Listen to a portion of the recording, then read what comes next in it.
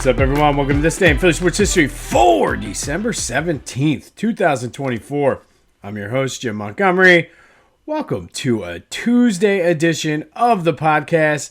It is Tuesday. That means it's time for a little motivation / positivity. And this one today is more of a PSA than anything. And that's just breathe. The holidays, this whole season, the whole leading up between Thanksgiving and basically New Year's, it's stressful. There's no way around it, and it shouldn't be. And I think a lot of it we bring on ourselves and trying to do this, trying to do that.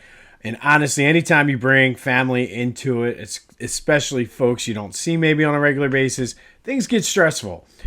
So just take a moment and breathe and try to enjoy the little things, especially if you have kids.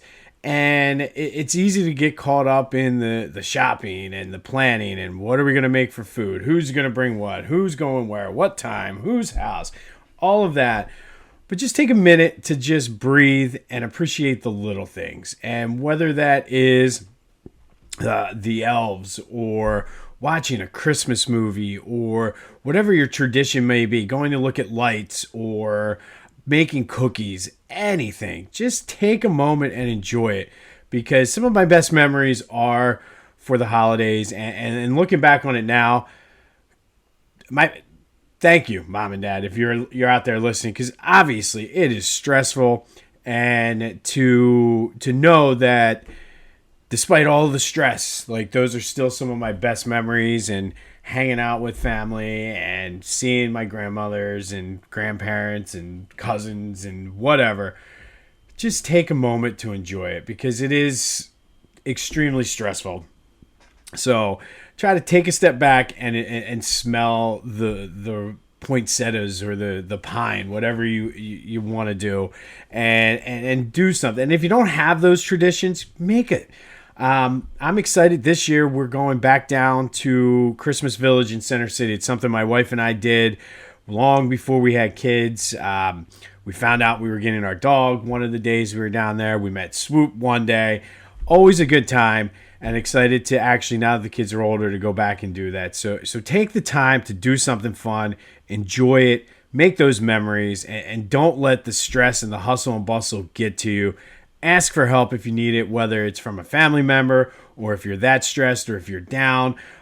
Go talk to someone, but try to take some joy and take a moment to actually enjoy it, because it is going to be gone before you know it. And as stressful as it is, it's a fun time of the year. So don't let the hustle and bustle and the stress get to you. Take a moment and do something fun, create a memory, and just enjoy the season. So hopefully, as we go through this little final sprint to Christmas, New Year's, Hanukkah, Kwanzaa, whatever it is you celebrate, take a moment to just enjoy it, because it is fun.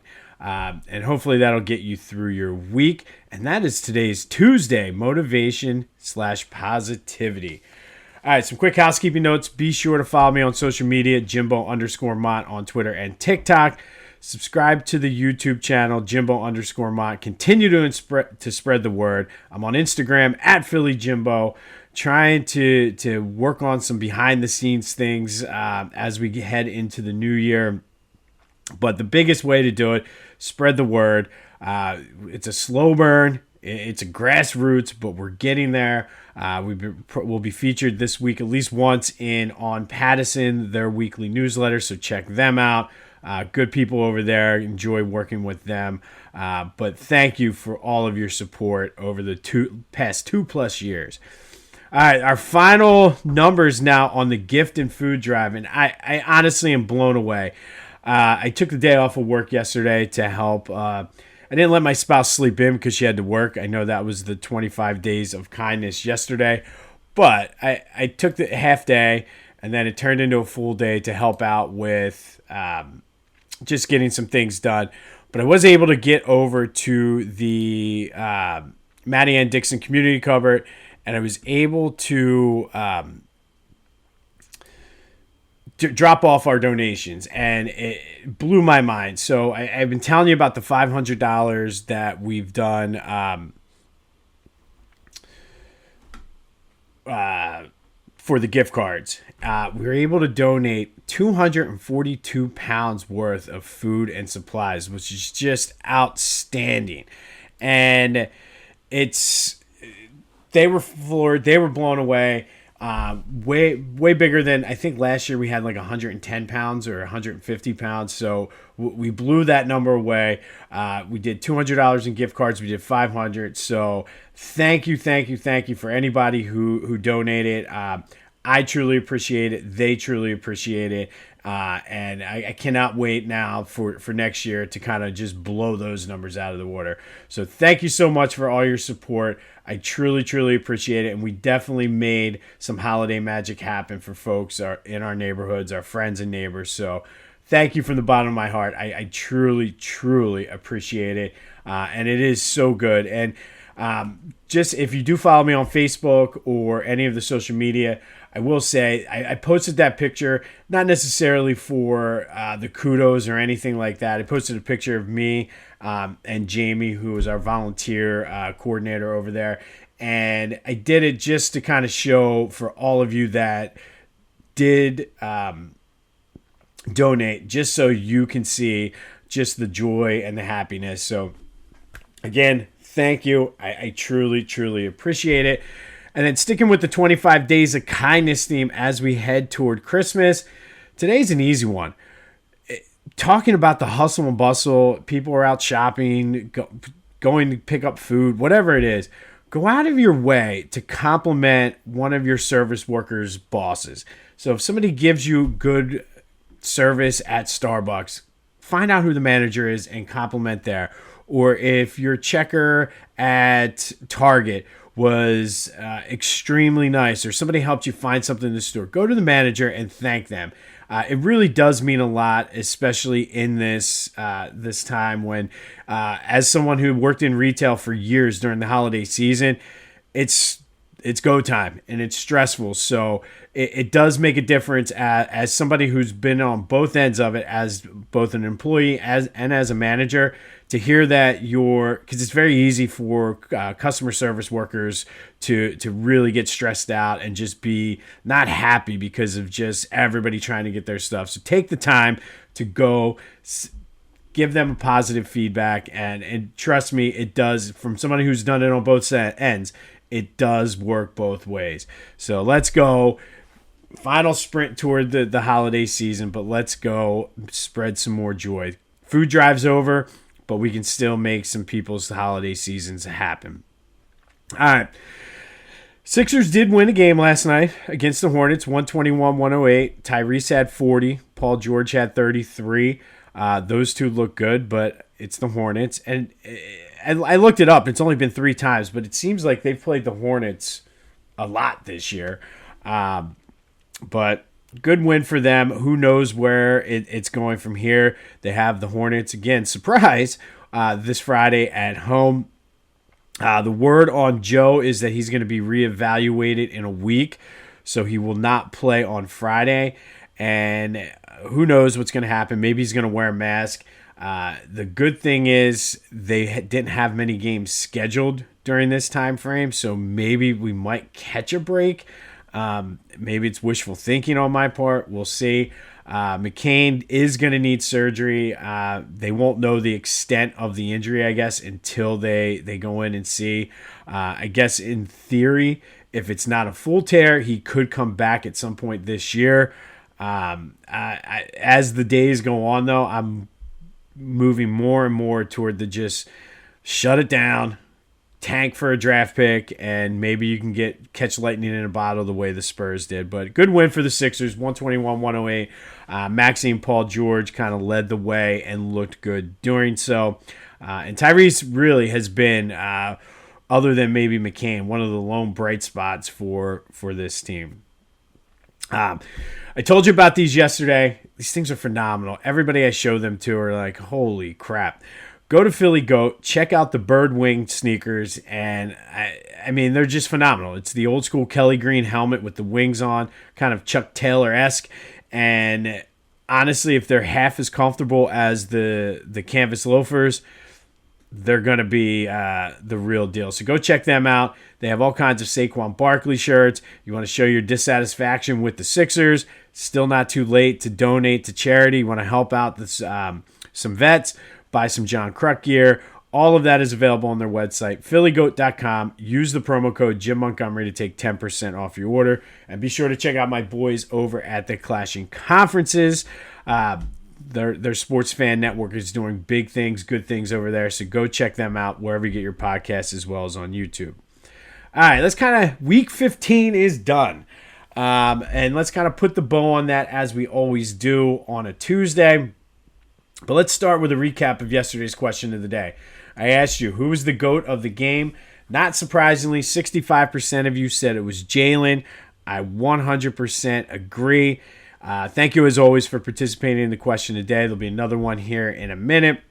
But more on Jalen, and I think what shocked me is still the amount of people who are saying, well, I need to see it more consistently. I need to do this. And I feel as though it's not as though Jalen forgot how to pass or Jalen doesn't have it anymore.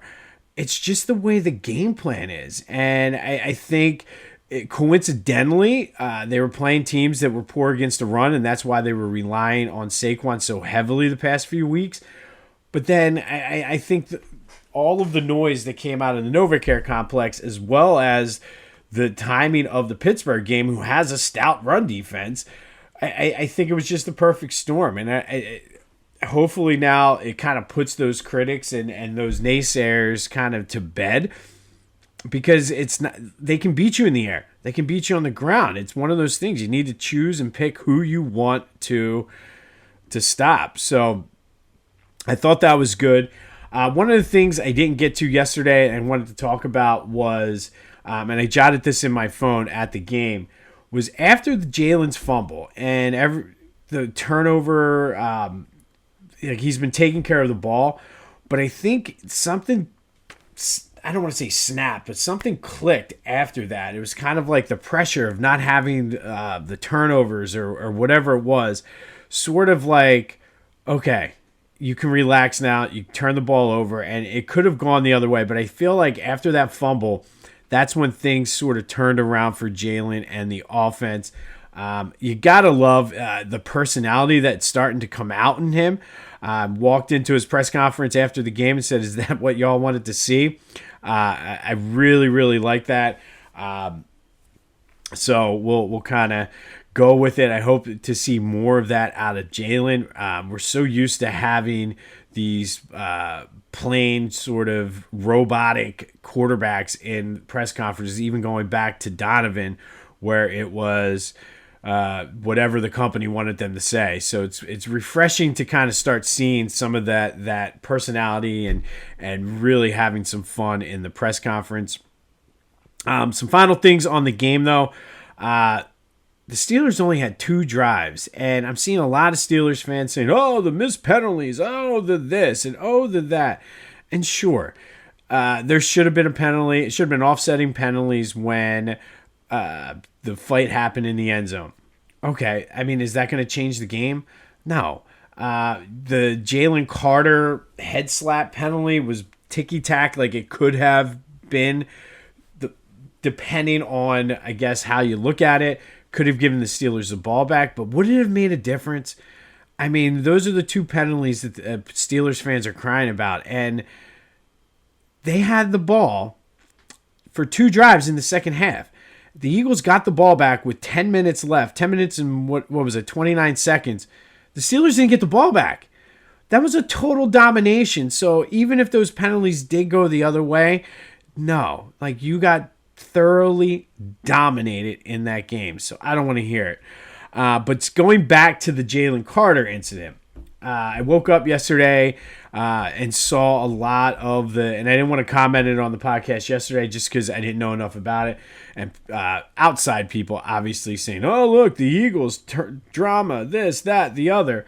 And I don't think it was as bad. Like, I watched the replay of it a couple times now, and basically, Sirianni was pissed. It was a dumb penalty, and he had every right as the head coach of the team to be pissed off about it. However, Clint Hurt's like, nah, dude, I took care of it. I got you. And you could read his lips. He's like, I got you. I got you. So he already took care of it. And I was listening to Seth Joyner on the radio yesterday on my travels, and he said that was the right thing for Clint Hurt to do, especially in the middle of the game, especially because he probably laid into him worse than Sirianni was going to do. And if Vic Fangio was on the sideline, it would have been Vic Fangio. And there was nothing out of the ordinary, according to Seth Joyner, I really enjoy listening to him because I think he's as real as it gets of the former players who are on the radio. And he said, it's not a big deal. And Sirianni probably laid into him after the game, and that's fine. He was like, but in the game, Clint Hurt took care of it. And that's all he was saying. And it wasn't that they were trying to fight or anything like that. If you read Clint Hurt's lips, he said, I got you, coach. I got you. I got you. And I think, again, everybody's so quick to pounce on something that Sirianni does. It's crazy. But like I said, I think it's much ado about nothing. Everybody, like, for some reason, the Eagles, and we need another Super Bowl just to kind of be able to be those fans. But, like, everybody wants to see our downfall. And it's like, it's awesome, but I need one more Super Bowl, and I'll be happy with that. And bring it on. Looking ahead to next week, Eagles open as a 3-point favorite. 3-game sprint here toward the end of the season. Lions are banged up, and I heard a stat this morning that we need the Lions and the Vikings both to lose another game. They play each other the last game of the season, but Minnesota has the inside track to the 1 seed if they were to win out and the Eagles were to win out. So we got to do a little bit of scoreboard watching to get that 1 seed, get the bye, and a home playoff game. But 3-point favorites opening right now, going down to D.C. next week. But it does lead me to today's question of the day. All the stuff that Sirianni has been through, some of it has been self-inflicted. You're not hearing a ton of talk about him getting any consideration for being the coach of the year. But I think after what happened last year, after the offseason and everything, he should at least be in the conversation. But what do you think? Should Nick Sirianni be in the coach of the year consideration? 267-495-8531. That's the Back to the Future voice and text line. I don't understand. All the man does is just win. He's navigated them through some difficult times. And yes, some of it has been self-inflicted, but to get zero consideration for Coach of the Year is just baffling to me. So what do you think? Hit me up on the Back to the Future voice and text line. Shoot me a text. Leave me a voicemail. Should Nick Sirianni be receiving some Coach of the Year consideration? I say yes. All right, today we are going to go back to 1995. And on this day in 1995, the Eagles spotted the Cardinals, a 17-0 lead at the Vet. And then Derek Witherspoon returned the ensuing kickoff for a touchdown. And it just sparked the Eagles from there. Reggie Johnson and Calvin Williams each had a touchdown catch courtesy of Rodney Peete. The Eagles completed the comeback, winning 21-20 over their old coach, Buddy Ryan, to clinch a playoff game at home. Not only did they clinch a spot, they clinched a home playoff game. This was the first year under Ray Rhodes. I mean, this game was a sloppy game. There was 9 turnovers between both teams. The win did give the Eagles their 10th win of the season. Believe it or not, they still had a shot to win the division that year, which they didn't do. But this, I remember this year because it was coming off the heels of the 94, losing 7 games in a row under Rich Kotite, and gave us some hope and some optimism. But the one thing I remember about the Ray Rhodes era was more so just the fact that they were fun, they were a hard-hitting team, but you just knew they were a second-tier team. They were not on the same level as the Packers, Cowboys, and 49ers at that time. So it was just like they had a ceiling, so to speak.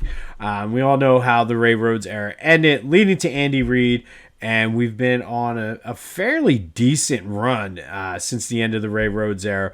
But on this day, Eagles clinch a home playoff spot with a 21-20 come from behind win over the Cardinals down at the Vet, clinching a playoff spot, a home playoff game against what would end up being the Detroit Lions. We'll have more on that game in a few weeks. But Ray Rhodes and the Eagles clinched a playoff spot on this day back in 1995.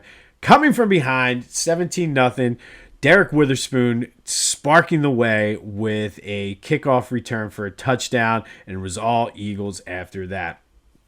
And finally today, our forgotten teams in Philly sports history, the Philadelphia Ramblers. They were a minor league hockey team. They were affiliated with the New York Rangers. They were also known as the Philadelphia Arrows, as well as the Philadelphia Rockets. They played from 1935 to 1941. They played in the Canadian American Hockey League and then became one of the first members of the American Hockey League. They've won 2 regular season titles, 2 division titles, and 1 championship. They folded after the 41-42 season. Later on, there was another version of the Philadelphia Ramblers, which were another minor league hockey team. But this team, they were the Philadelphia Arrows, then the Ramblers, then the Rockets. They were the AHL affiliate of the New York Rangers for years, playing in Philadelphia, and they are today's forgotten Philadelphia sports team. Not to be confused with the other Philadelphia Ramblers. And I think there was another Philadelphia Ramblers that was... I forget what sport. It was like a weird random team. But the Philadelphia Ramblers from 1935 to 1941 were a minor league hockey team that played in Philly long before we had the Flyers. On this day in 1995, Eagles beat the Cardinals 21-20, erasing a 17-0 deficit to clinch a home playoff game in Ray Rhodes' first year as Eagles head coach. We'll have more on the Eagles-Washington Commanders game as we get ready for the final stretch run here in Philly for the playoffs. Let me know your thoughts on Nick Sirianni. Should he be considered for Coach of the Year? I think he has to be. I mean, the fact that his name's not coming up at all is just bizarre to me. But we'll see. We'll also have more on the Sixers and Flyers as the week goes on. Be sure to go check out those shoes at Philly Goat, though. You won't be disappointed. Man, those things are hot. Like, I cannot wait till my pair comes in. But thank you again for all of your support during our gift and food drive. 242 pounds of food and supplies, as well as $500 in gift cards. I am forever grateful. Thank you so much. I truly, truly appreciate it. And remember, through the stress of the holidays, take a minute to breathe, relax, and soak it all in and just enjoy what's happening. And don't let the hustle and bustle. And if you do need to talk to someone, talk to someone. If you need help getting connected, hit me up. I will be more than happy to get you into the right spots. But this should be a joyful and happy season. So let's keep it that way. Let's make it that way and go make someone's day today and go compliment their boss on a job well done. Trust me, it makes a world of difference. This has been This Day in Philly Sports History for December 17th, 2024. My name is Jim Montgomery. Go have yourselves a Tuesday. And until next time, I'll see you when I see you.